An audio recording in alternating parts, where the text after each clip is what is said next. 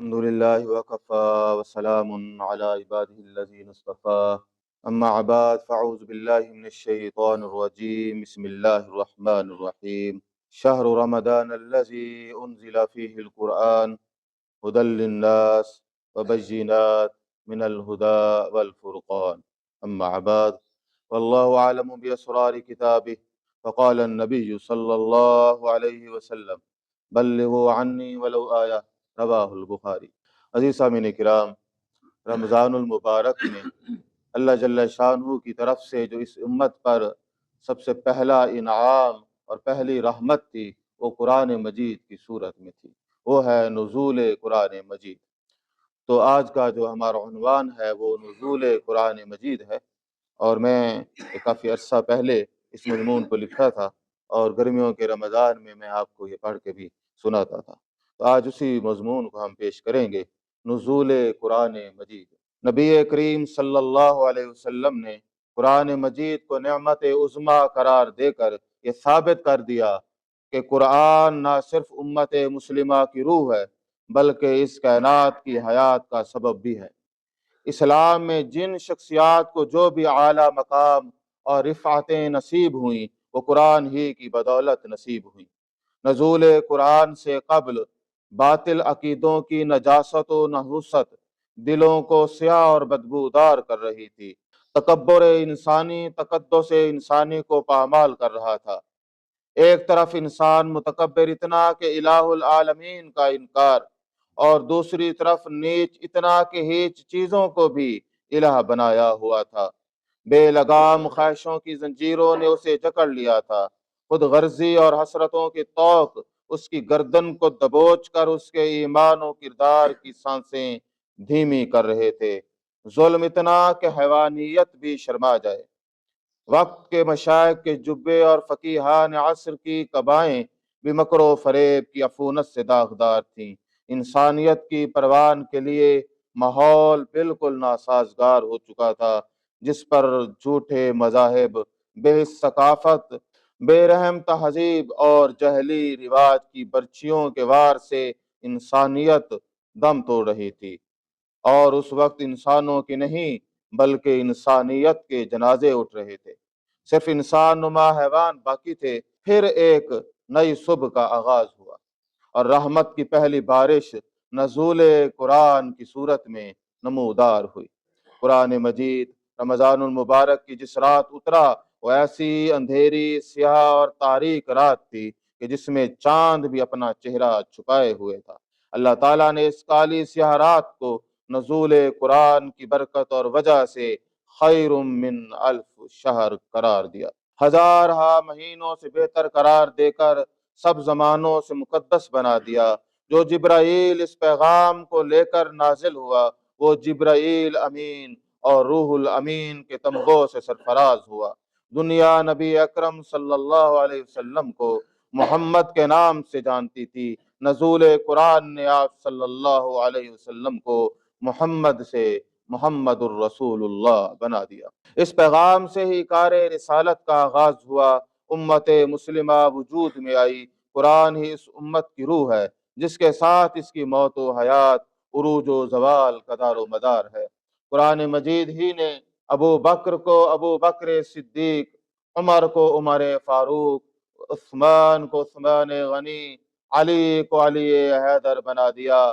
جو بھی قرآن کے دامن میں آتا گیا رفعتیں پاتا گیا۔ یہ قرآن ہی کی برکت تھی کہ صحابہ کرام رضوان اللہ تعالی علیہم اجمعین کے ذریعے دنیا کا عظیم الشان انقلاب رونما ہوا۔ تاریخ انسانی میں ایسی مثال نہیں ملتی کہ مسلمان ایک ہی صدی کے اندر سندھ سے اندلس تک چلے گئے۔ ایمان کی سلامتی، اعمال کی پاکیزگی، کردار کی بلندی، بے لوث خدمت، رحم دلی، عدل و انصاف، اعلیٰ اخلاق، بہادری و شجاعت کے ایسے کارناموں نے مسلمانوں کو دنیا پر غالب کر دیا۔ قرآن مجید اللہ جل شانہ کا ایسا پیغام ہے جو ہر آمیزش سے پاک اور اپنی صحیح اور اصل صورت میں موجود ہے۔ مسلمان دنیا کی وہ خوش قسمت ترین قوم ہے جس کے پاس یہ کتاب موجود ہے، مگر تصویر کا دوسرا رخ کس قدر اندھوناک اور جگر دوز ہے۔ ایک ایسی المیہ کی داستان ہے کہ جس قوم کے ہاتھوں میں منبع ہدایت اور آب حیات کا چشمہ موجود ہو اور وہ اس سے روگردہ ہو کر گمراہی کے سرابوں میں حق کی تلاش کے لیے در در کی ٹھوکریں کھا رہی ہے، منزل اس کی آغوش میں ہے اور تاریک راہوں کی خاک چھان رہے ہیں۔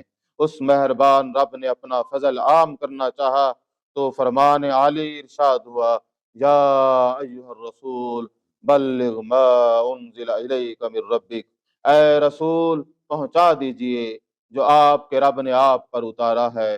اور یہی ذمہ داری نبی کریم صلی اللہ علیہ وسلم نے مسلمانوں پر بھی عائد کی اور فرمایا کہ بلغوا عنی ولو آیا، میری طرف سے لوگوں کو پہنچا دو اگرچہ ایک ہی آیت ہو۔ اب ہماری سب سے اہم ذمہ داری یہ ہوئی کہ اس الوہی پیغام کو انسانیت تک پہنچائیں، اور ہمارا سب سے بڑا جہاد بھی یہی ہے، بقول قرآن مجید وجاہدہم بہ جہادا کبیرا، اس قرآن کے ذریعے سے جہاد کریں، اس قرآن کے ذریعے سے جو بڑا ہی جہاد ہے۔ کافروں کو نہیں بلکہ کفر کو مارا جائے۔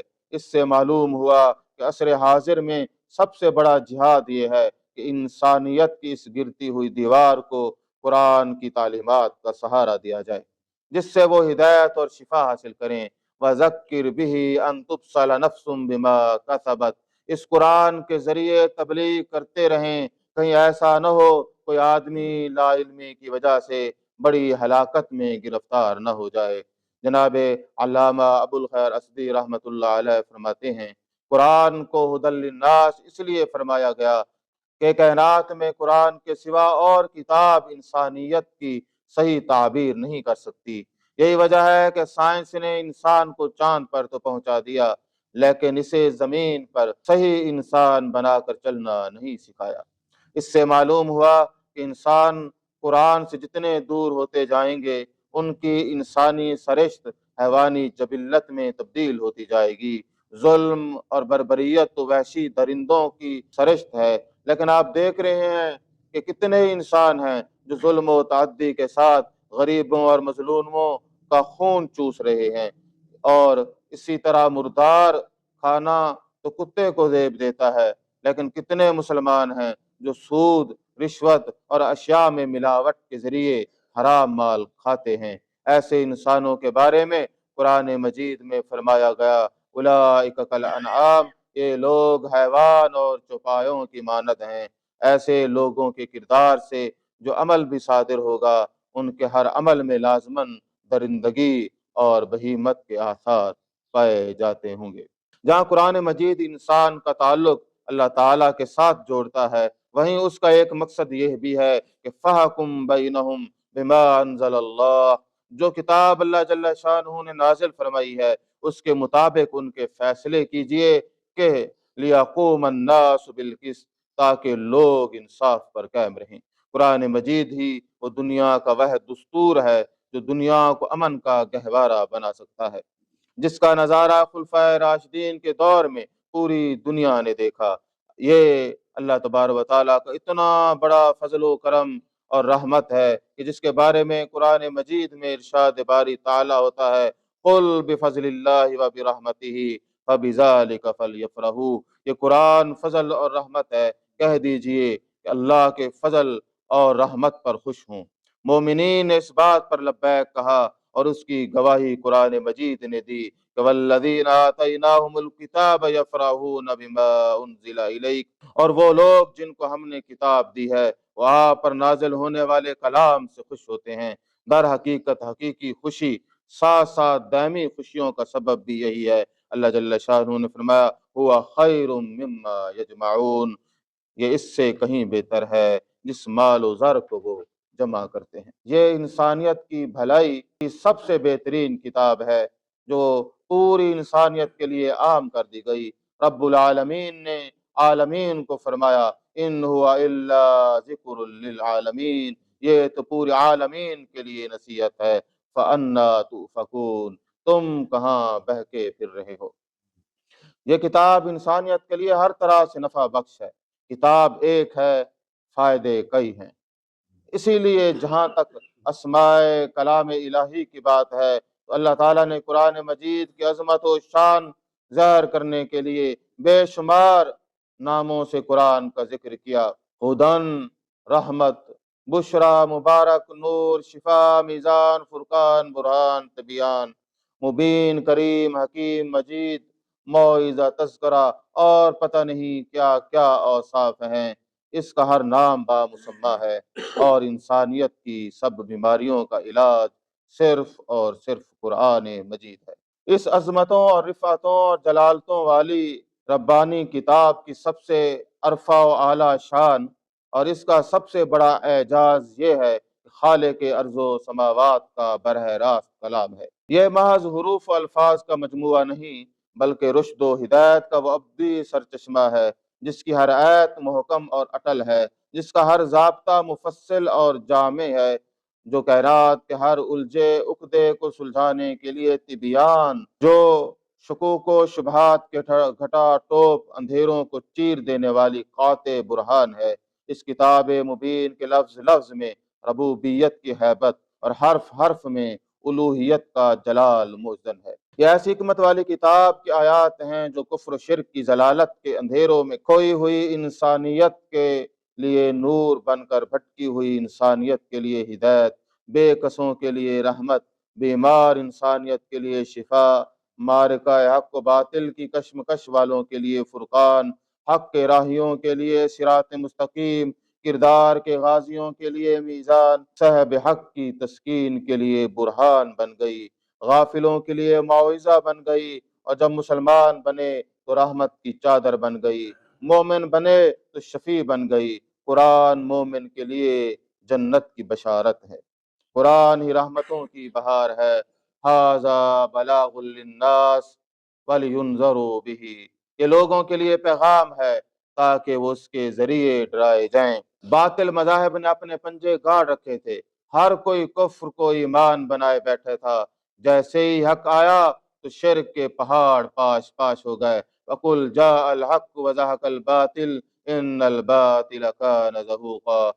اور اسی طرح اللہ جل شانہ نے فرمایا ذَلِكَ الْكِتَابُ لَا رَيْبَ فِيهِ، ایسی خالص ہدایت ہے اور عام ہے جس میں نہ پہلے کوئی شک تھا، نہ کوئی اس میں کوئی تھوڑی سی تبدیلی کر کے اس کو بدل سکتا ہے۔ اِنَّا نَحْنُ نَزَّلْنَا الذِّكْرَ وَإِنَّا لَهُ لَحَافِظُونَ، ورنہ تم اس میں کئی اختلاف پاتے۔ وَلَوْ كَانَ مِنْ عِنْدِ غَيْرِ اللَّهِ لَوَجَدُوا فِيهِ اخْتِلَافًا كَثِيرًا۔ تاریخ انسانی کے اوراق گواہ ہیں کہ روئے زمین پر کسی بھی صحیفے یا کتاب کو وہ اوج کمال، وہ مقام بلند ہرگز نصیب نہیں ہوا جو قرآن مجید کے حصے میں آیا، یہاں تک کہ وہ کتب سماوی جنہیں الہامی ہونے کا شرف حاصل ہے، وہ بھی اس کلام ربانی کی عظمت و جلالت کی ہمسری نقل سے قاصر ہیں۔ اور اس کے زندہ و جاوید معجزہ ہونے کی سب سے بڑی اور ناقابل تردید دلیل ہے کہ آج بھی لیل و نہار کی گردشوں میں شرق و غرب یہ دنیا کی سب سے زیادہ پڑھی جانے والی اور سینوں کے سفینوں میں محفوظ کیے جانے والی واحد کتاب ہے۔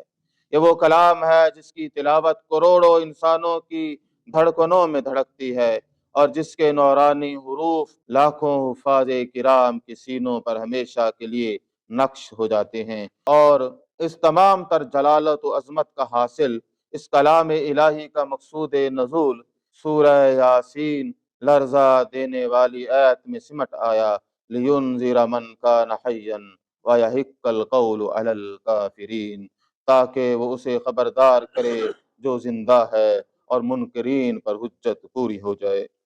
ذرا رکیے اور سوچئے، رب کائنات کے نزدیک یہاں جس زندگی کا تذکرہ ہے وہ گوشت پوست کے جسم، دھڑکتے ہوئے دل اور چلتی ہوئی سانسوں کا نام نہیں، بلکہ یہ ضمیر کی بیداری اور روح کی حیات کا نام ہے۔ قرآن حق کی وہ صدا ہے جو صرف اسی دل پر دستک دیتی ہے جو اندر سے زندہ ہو، حق کو پہچاننے اور باطل کو ٹھکرانے کی رمق رکھتا ہو۔ آج وقت آ گیا ہے کہ ہم اپنے گریبانوں میں جھانک کر خود سے یہ کڑوا اور جگر دوز سوال کریں، کیا واقعی ہمارا دل زندہ ہے؟ کیا کلام الہی کی ہیبت اور اس کی آیات سن کر ہمارے اندر کوئی ارتعاش، کوئی تڑپ، کوئی خوف خدا بیدار ہوتا ہے۔ بظاہر تو ہم چلتے پھرتے، ہنستے بولتے، کھاتے پیتے اور سانس لیتے انسان ہیں، لیکن کیا ہم حقیقتاً زندہ ہیں؟ یا ہمارا اندرون مدتوں پہلے مر چکا ہے؟